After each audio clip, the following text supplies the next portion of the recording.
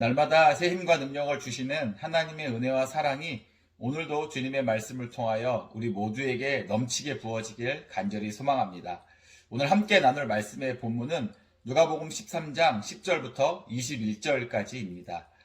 어제 본문에서 예수님께서는 빌라도에 의해 죽임을 당하게 된 갈릴리 사람들의 사건과 실로암 망대가 무너져서 18명이 죽게 된 두 사건을 통해서 우리 스스로의 죄를 돌아보고 회개해야 망하지 않게 된다고 말씀하셨습니다. 그리고 또 열매 맺지 못하는 무화과 나무 비유를 통해서 하나님의 심판이 반드시 있을 것이기에 늘 회개하는 삶을 살아가야 한다라고 하셨죠. 이제 오늘 본문을 보면 안식일에 관한 논쟁이 나옵니다. 예수님께서 어느 안식일에 회당에서 하나님의 말씀을 가르치셨는데 그곳에 18년 동안이나 귀신 들리고 등이 꼬부라져서 조금도 필 수 없는 한 여인이 있었습니다. 우리가 전에는 보통 곱추라고 했었는데요. 등뼈가 휘는 곱사병이나 구루병을 앓았던 여인이었던 것 같습니다. 18년 동안이나 귀신이 들리고 허리를 펴지 못한 채 살아가야 했던 여인의 삶이 어떠했을지 우리는 충분히 짐작해 볼 수 있을 것 같습니다. 아마 이 여인에게도 절망과 같은 인생에 소망이 필요했을 것입니다. 그만큼 간절했기 때문에 이 여인이 안식일에 회당에 나와서 하나님의 말씀을 듣고 예배하지 않았을까 생각이 됩니다. 이 여인의 간절함을 하나님께서 아셨던 것인지 예수님께서 이 여인을 보시고 자신에게로 부르셨죠. 그리고 12절에 보니까 이렇게 말씀하셨습니다. 내가 내 병에서 놓였다라고 했습니다. 참 놀라운 일은 이 여인이 예수님께 자신이 병 낫기를 간청하기도 전에 예수님께서 먼저 그녀를 부르시고 치유하시는 역사를 이루셨다는 것입니다. 이것이 얼마나 큰 은혜입니까? 귀신 들리고 등이 굽은 장애를 안고 18년 동안이나 살아가면서 어쩌면 제대로 된 인간 대접조차도 못 받았을지도 모르는데 그러한 여인을 예수님께서 먼저 부르시고 그 여인을 오랫동안 고통스럽게 하고 괴롭게 했던 문제를 해결해 주셨다라는 것이지요. 이러한 놀라운 은혜를 체험한 여인이 어떻게 했다고 13절은 기록하냐면 하나님께 영광을 돌렸다라고 했습니다. 이것이 바로 은혜를 입은 사람이 하는 행동입니다. 여러분, 이 여인이 얼마나 신기하고 또 감격하고 기뻤겠습니까? 그런 와중에서도 그녀가 치유되자마자 했던 행동은 은혜를 베풀어 주시는 하나님을 경배하고 찬양했다라는 것입니다. 은혜를 은혜로 여기는 사람의 행동이 바로 여기에 있는 것이지요. 당연한 것이라고 여기지 않기 때문에 그 은혜에 감사하는 행동, 그 은혜에 합당한 영광을 돌려드리는 것, 그것이 바로 은혜 입은 사람의 모습이어야 하는 것입니다. 우리는 구원의 은혜를 입은 사람들이죠. 본문의 이 여인처럼 뭔가 드라마틱하게 치유를 경험하거나 놀라운 기적의 은혜를 체험하지 못했을지라도 우리들이 입술로 예수 그리스도를 나의 주로 고백하고 마음의 그분을 주인으로 인정하고 따르기로 결정했다면 우리들은 우리의 죄를 용서하시기 위해 십자가에서 죽임을 당하신 예수 그리스도의 은혜를 힘입어 살아가는 사람들이 된 것입니다. 그러므로 이 여인처럼 하나님께 합당한 영광을 돌려드리는 우리 모두가 되어야 하는 것이죠. 이제 본문의 말씀을 계속해서 보면 회당장이 예수님께서 안식일에 이 여인을 보고 이렇게 말한 것을 보게 됩니다. 14절이죠. 회당장이 예수께서 안식일에 병 고치는 것을 분내어 무리에게 이르되 일할 날이 엿새가 있으니 그동안에 와서 고침을 받을 것이요 안식일에는 하지 말 것이니라 하거늘 이라고 했습니다. 그러니까 안식일 말고 6일이나 일할 수 있는 날이 있는데 굳이 안식일에 그러한 일을 할 것이 무엇이냐라고 시비를 거는 겁니다. 그런데 이 말을 예수님께 직접 한 것이 아니라 회당에 모인 무리들을 향해서 했다고 했습니다. 아마도 안식일 규정을 어긴 예수님을 향해서 무리들이 반발심과 적대감을 갖게 하려고 했던 의도가 아니었을까 생각이 됩니다. 이 말을 들으시고 예수님께서 15절에 이렇게 말씀하셨습니다. 주께서 대답하여 이르시되 외식하는 자들아 너희가 각각 안식일에 자기의 소나 나귀를 외양간에서 풀어내어 이끌고 가서 물을 먹이지 아니하느냐라고 했죠.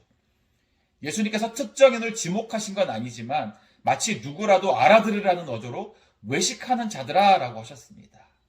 외식은 바깥 외자에 꾸밀 식자를 쓴 한자어죠. 이 말대로 한다면 지금 예수님이 말씀한 외식하는 자들은 자신의 내면은 들여다보지 못하고 정말 가르침의 본질은 깨닫지 못해서 오로지 사람들에게 잘 보이려고 드러나 보여지는 종교적 행위에 집착한 사람들이라고 할 수 있습니다.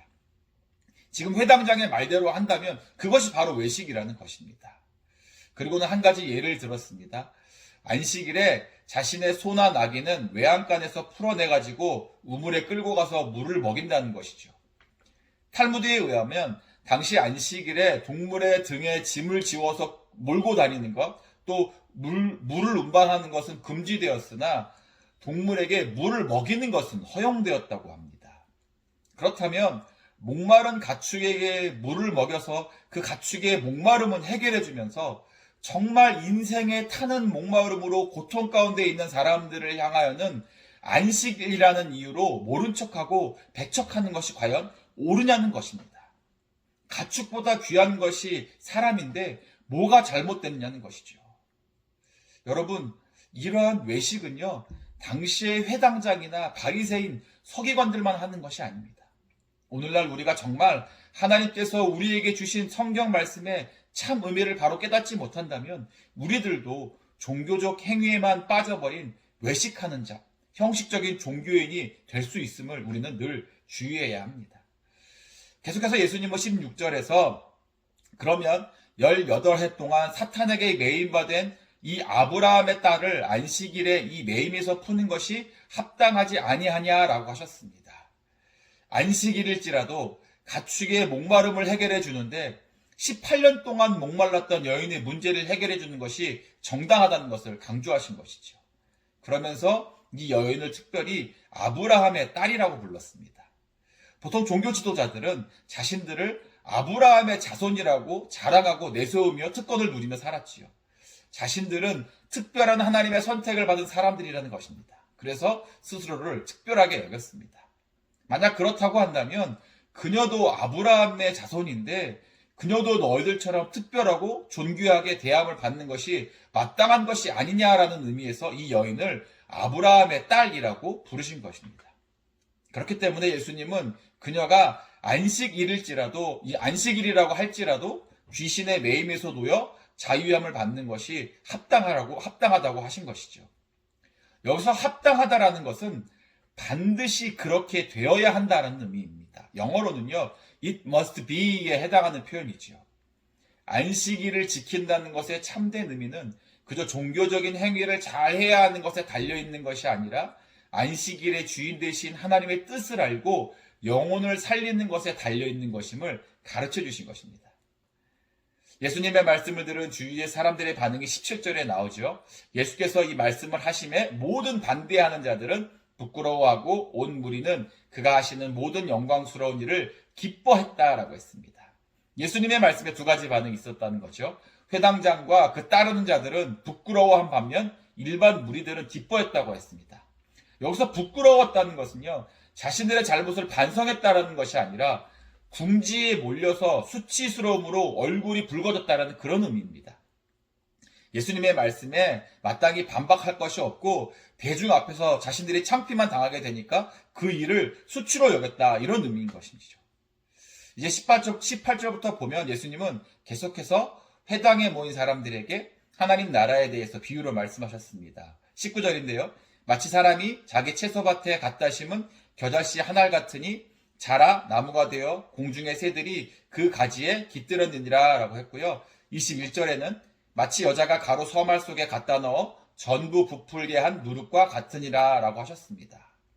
먼저 예수님은 하나님 나라를 겨자씨 한 알에 비유하셨지요. 그것도 저절로 떨어진 것이 아니라 사람이 자기 채소밭에 갖다 심은 것이라고 하셨습니다. 하나님께서 우리들을 구원하시기 위해 예수 그리스도를 이 땅에 보내주신 것을 말씀하는 것입니다. 그리고 예수 그리스도 그분은 스스로를 겨자씨에 비유하셨죠. 세상의 기준과 가치로 본다면 정말 보잘것없고 작은 것이지만 이것이 자라서 새가 깃들 수 있는 나무가 될 것이라고 하셨습니다. 그러니까 예수 그리스도로부터 시작된 천국 복음이 지금은 미미하게 시작되는 것 같지만 마침내는 온 세상에 전파되어 많은 사람을 구원하게 할 것이라는 것이죠. 새들이 깃들였다고 했는데 이 깃들였다는 의미는 안전한 거처를 했다는 그런 뜻으로 하나님 나라에 속한 영생을 누리게 됨을 말씀하는 것입니다. 또 하나님 나라를 가로 서말 속에 넣은 누룩과 같다고 했죠. 가로 서말에 비하면 누룩은 비록 적은 양이지만 그 안에 들어가서 변화를 일으키게 됨을 의미한 것입니다. 하나님 나라는요, 이처럼 웅장하고 대단한 것에서 시작되는 것이 아닙니다. 세상의 기준과 가치에 따지면 작고 보잘것없어 보이는 것들이지만 그 안에 생명이 있고 그 안에 능력이 있기에 어디서든 놀라운 역사를 이루게 되는 것이죠.